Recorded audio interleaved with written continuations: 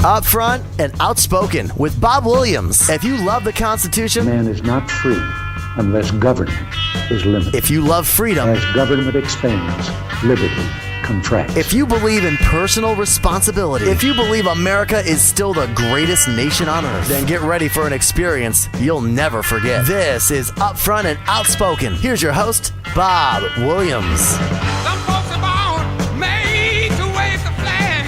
Ooh, they're red, white, and blue.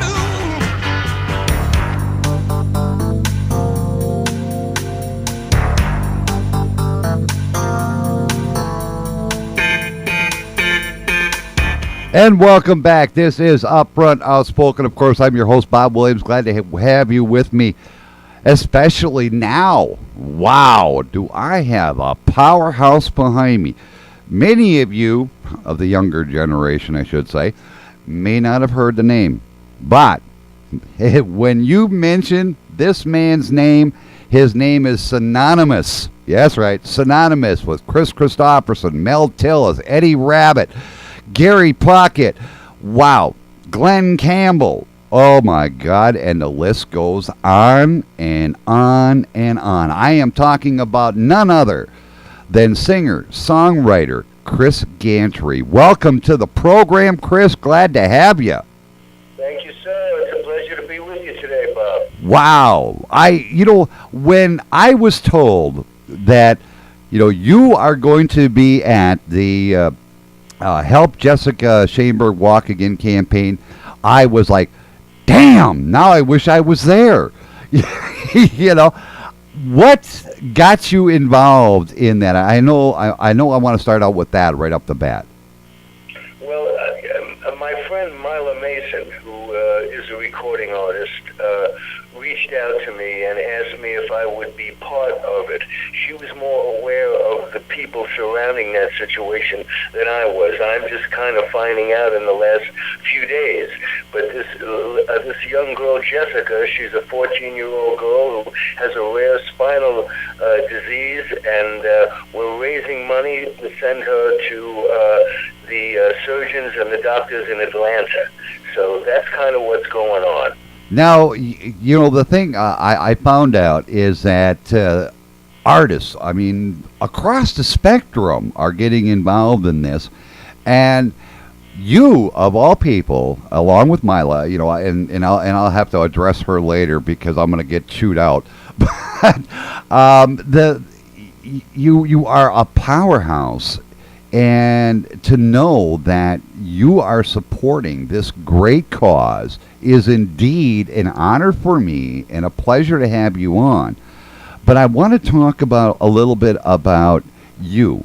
Now, over the course of your career, you have, oh my God, all the heavy hitters of the day. You have over 1,000 songs to your credit. You probably got awards up the yin-yang.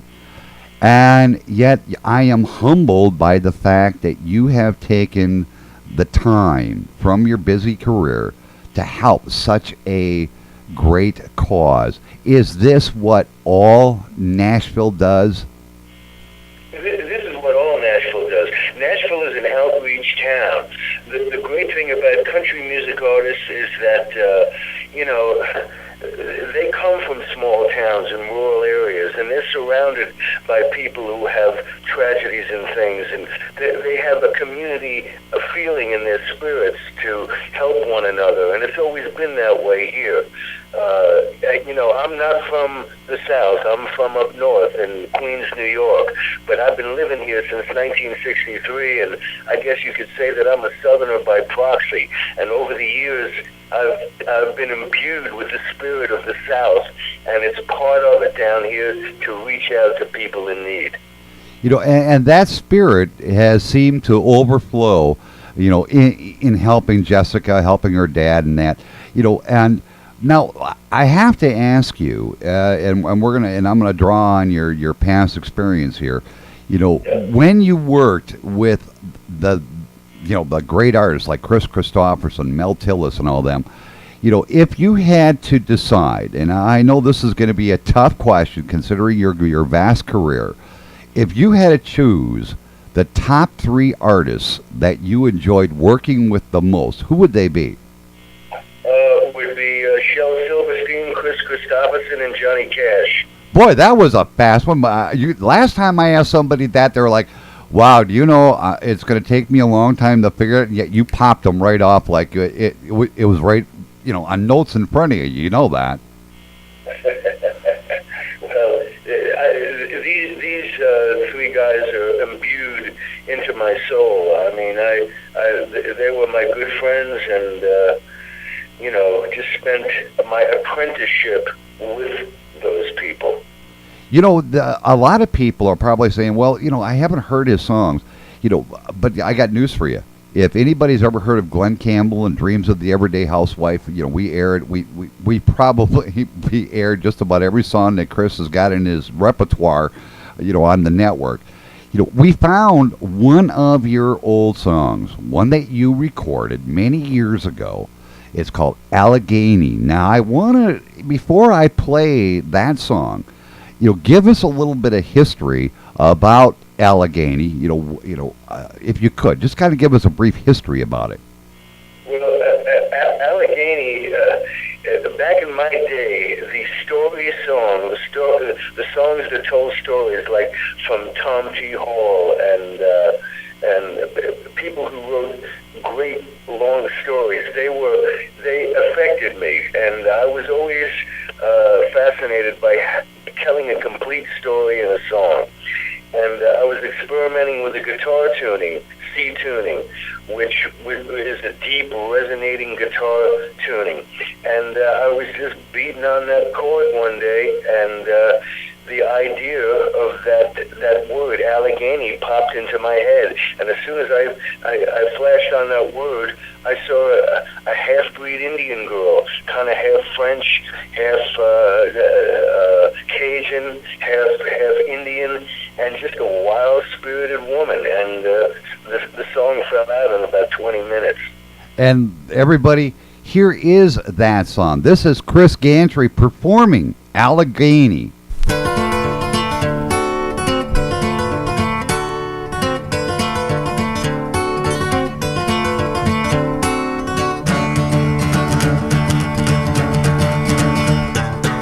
She got that junk car running, God, I'll never know.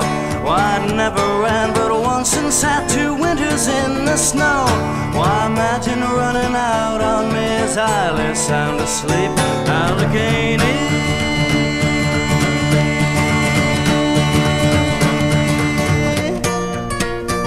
Why, a big mistake was thinking that you was something I can't keep. You stole my winter's food supply, and something else I feared. My savings in the mattress has strangely disappeared. Now those who know me knows that he who robs me best beware. Allegheny.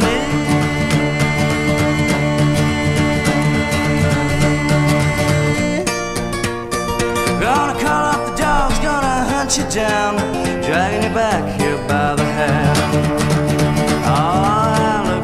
Something tells me you're dissatisfied.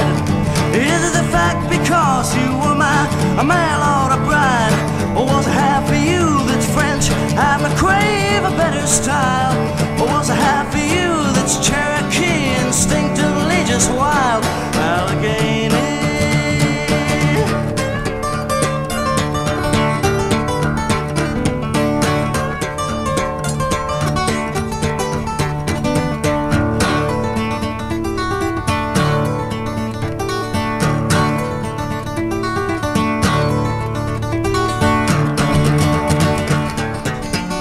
Got a head start as a crow flies half a day. And unless I miss him, I guess she'll stop and rest in Monterey. If I take the Knoxville Highway 13 hours, it will be Allegheny.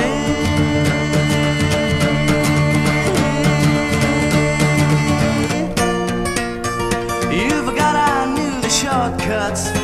I'll be there in less than 3. Well, I signals for the dogs to wait outside the hotel door. I described it to the desk clerk. He says, try the second floor. But he mentioned she's got company, which marks a stranger's doom. Allegheny, Allegheny, Allegheny. I wish I was you so I could see my face when I come busting in the room. Allegheny, something tells me you're dissatisfied. Is it the fact because you were my mail order bride? Or was it half of you that's French, had me crave a better style? Or was it half of you that's Cherokee, instinctively just wild? Allegheny.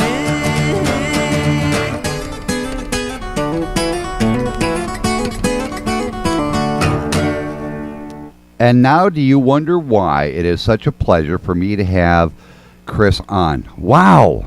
Man, God, this is just unbelievable. You know, I learned something when we were off air and about Chris. And Chris, I'm so glad he brought it to my attention.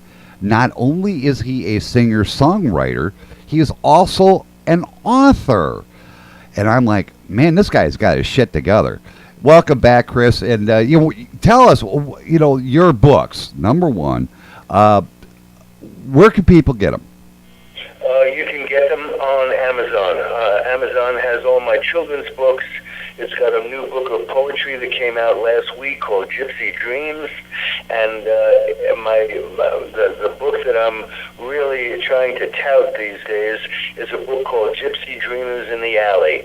It's the story of Nashville in the heyday of the great songwriting career of people like Shel Silverstein, Johnny Cash, Chris Christopherson, Eddie Rabbitt, Vince Matthews, from 1963 to 1969, when nobody co-wrote songs. Everybody had their own distinct sound. Nobody sounded like each other. Nobody looked like each other. Everybody was their own person and being true to themselves. It wasn't a tunesmith situation where people stuffed themselves into little rooms and wrote songs just to get cuts or recordings by stars. Yes. We never thought about that. We were in love with the process. And my book, Gypsy Dreamers in the Alley, is about young writers in the early 60s who were in love with the process of songwriting. Oh, yeah. I agree 100% because it sounds today, today, these songs are all canned. I mean, these are songs that, let's get it out. I don't give a hoot and hell how it sounds. This is, to me, at least to me, for many of the young stars, that's exactly how it sounds. That these are just something they had to get out there and there's no real story behind it.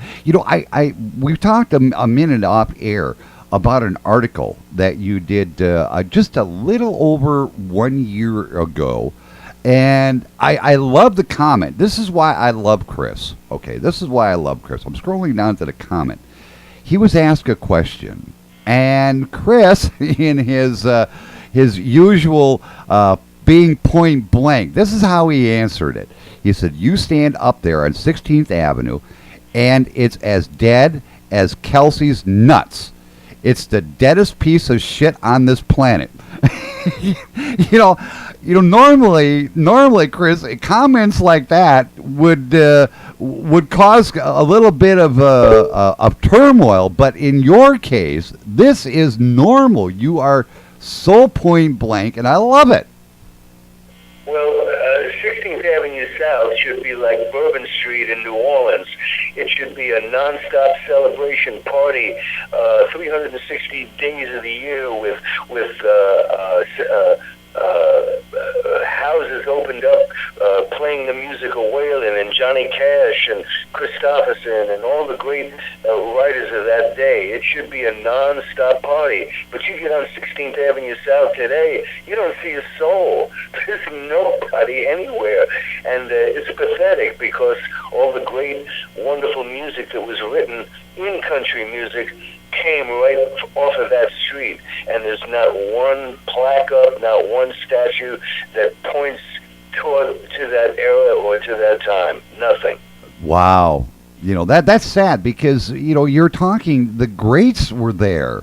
I mean, come on, this place, like you said, should be Bourbon Street all over again, but yet it's, oh well, shit happens, they're whatever, at, now I'm being independent, being able to do exactly what you want. We all get this way. When we get to a certain age, we're kind of like, I don't care what people think anymore. I'm going to do what I love to do the best.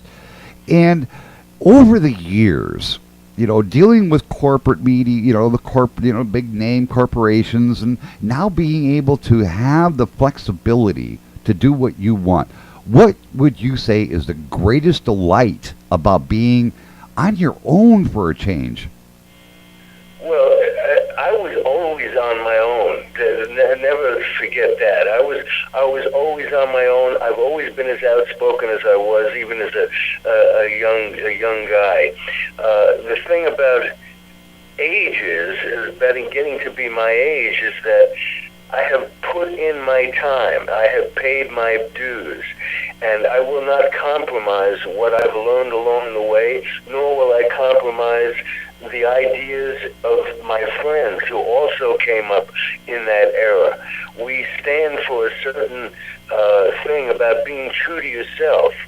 And if you're not true to yourself, then you're living a lie. Now, it's the difference between being a stone and a star. Either you write from your heart, and you write from what moves your spirit, or you just pound out horseshoes on an anvil, like a tunesmith or a blacksmith. They just beat stuff out and pound it out. That was not my indoctrination into songwriting in the early 60s in Nashville, when this place was full of the spirit of Hank Williams and all the great songwriters who wrote from their heart. And that's how I came up. So at this stage of the game, that's all I got is my honesty and my take on the whole damn thing. That's it. Now, if you had the ability to get all these young stars, the Taylor Swifts and all of these young stars together, and were able to give them one piece of philosophy that you learned over the years regarding not only the music industry, but being true to yourself, what would that piece of advice be? My advice would be that if you really want to discover who you are, take your guitar, go get a bottle of Jack Daniels or something, and check into a motel about 50 miles outside of town. And don't come out for 3 weeks or 2 weeks. Stay there by yourself. Learn what it's like to be in tune with your own sensibilities.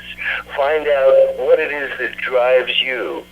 Find out what your spirit is really all about. Not who you were told to be, but who you really are. Find out for yourself. And then, at the end of that 10 days or 2 weeks of not seeing anybody, write your song. Write a song about what you discovered in the deepest, darkest, wildest part of your soul and spirit, and let that song come out. That would be a piece of truth. That would be a piece of honesty. That's the first piece of advice. Second piece of advice is, when you're being run out of town by a mob, pretend you're leading a parade. There you go. Now, that's a hell of a way to look at it. I mean, you're taking a bad situation and turning it into an extremely positive situation. This is why I love having you on, Chris, because it is such an honor having you with me. And Bob, it was an honor that you had me on today, and I really appreciate you giving me a little platform to a little here in the morning. Chris, a little. Come on now. I mean, I'm not done. We've still got a few minutes left here. Now, don't you dare hang up on me. No, I'm not hanging up. See, sometimes I talk to people, and right away they're starting to get pissed off. But I got to tell you, talking to Chris here, he understands where I'm coming from, because we're both getting a little more mature. I'm not going to say a hell of a lot more, because I'm not going to give our ages away. But I guess as we get older, maturity does have an influence on what we do. And I've been looking at what you have been doing. And I got to say, for you are staying very, very busy. You want to tell the audience a little bit about what you've got coming up here? I've recently aligned myself with the Tony Conway entertainment agency. I'm about to start going out on the road and doing speaking engagements about the early days of Nashville and my books, combined with music. And I'm going to start playing small theaters around the country, listening audiences that are respectful and listen to a man's music or a woman's music. And I've got a new record coming out this month on the 17th called Gantry Rides Again. It's a album with a Western feel. I always heard the terms country and Western, but I never really heard the Western. So I did a Western album in the format of Fistful of Dollars and Josie Wales, with a little bit of Tarantino thrown in with my particular kind of lyrics. It's very cool. Gantry Rise Again is coming out. And the next project I'm going to do is an Americana album, stripped down, my Silver Tongue Devil album, reminiscent of the great Chris Christopherson album of the late 60s. Now, the one quick question I'm going to ask you. I know you're going to be at the Jessica's fundraising event on the 7th. And, yeah. I want to ask you, a little sneak peek as to, what songs you are going to play there. The songs I'm going to play there are songs called The Elvis Machine. I'm going to do a song about the captives of ISIS who are being beheaded, called Oh Mama. I've tried to write a song about what goes through a man's mind in the last moments of his life in a terrible situation like that. And I really believe that they're thinking about their mama, man. I mean, it's a poignant song. I did it last week at a show in East Nashville, and I got a standing ovation for it. But it's not the kind of song you want to get a standing ovation for. It's the kind of song you want to resonate in people's hearts and spirits. It's a hell of a thing to write about, but I love the song. When that, I don't mean to butt in there, but when are you going to plan on cutting that song anytime soon, or are you just going to have it during live performances? No, I'm going to record the song. I'm going to record it. Another song that I really love that I'm going to do is called Hey Algernon. Hey Algernon is the story of two homeless men asleep on a park bench in the freezing cold, and it's snowing, and they freeze to death and they pass on, and they don't realize it. And this song is from one of the guys to his buddy Algernon from the afterlife, and it's one of my favorites. Now, when these come out, I'm going to ask you, and the boss is probably going to get pissed off at me, but I really don't give a shit. I mean, this is my show, for Christ's sake, not his. When these songs come out, you'll send me a copy, won't you? I promise I'll do that. I promise. My friend Alan and I will make a point to get them to you as soon as possible. I'll get the Western album to you immediately, almost like in another couple of weeks. Hey, I love it. I mean, it's great. Yeah, we've got about a minute to go here, and I want everybody to know, 1,000 songs to his credit. Superb artists he's worked with. What can I tell you? This guy makes me look sick. Chris, tell everybody, how can they get in contact with you, get your music, learn more about what you're up to? They can contact me at chrisgantry@yahoo.com. chrisgantry@yahoo.com. That's my email address. Feel free to email me, and we can talk about books or how to get albums, or you can friend me on Facebook. And on Facebook, on my Facebook artist page, is a link to all of my music and all of my books. There you go, everybody. I'm a friend of that page. I'm going to tell you that right now. I'm a friend of that page, and I encourage everybody else out there to do it. Chris, it's been an honor. I want to get you back. You willing to come back? Absolutely. You crack the whip, I'll drive the ship, man. There you go. Thanks, Chris. I hate to do this, but I got to let you go. And once again, Chris, thank you for coming on, and thank you for being part of the, Help Jessica Walk Again campaign. Superb artist. Thanks, Chris. Thank you, sir. It was an honor. Thank you, sir. All right. Chris Gantry. What can I tell you? Wow. I love when the phones don't work here, guys.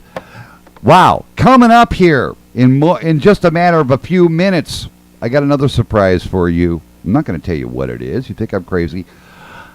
But you're going to have to stick around because you're not going to be disappointed. Once again, everybody, Chris is going to be at the Help Jessica Walk Again fundraising event over at the Doghouse Saloon, February the 7th, starting at 3 p.m. Central Time. You want to be there or be square. That's right.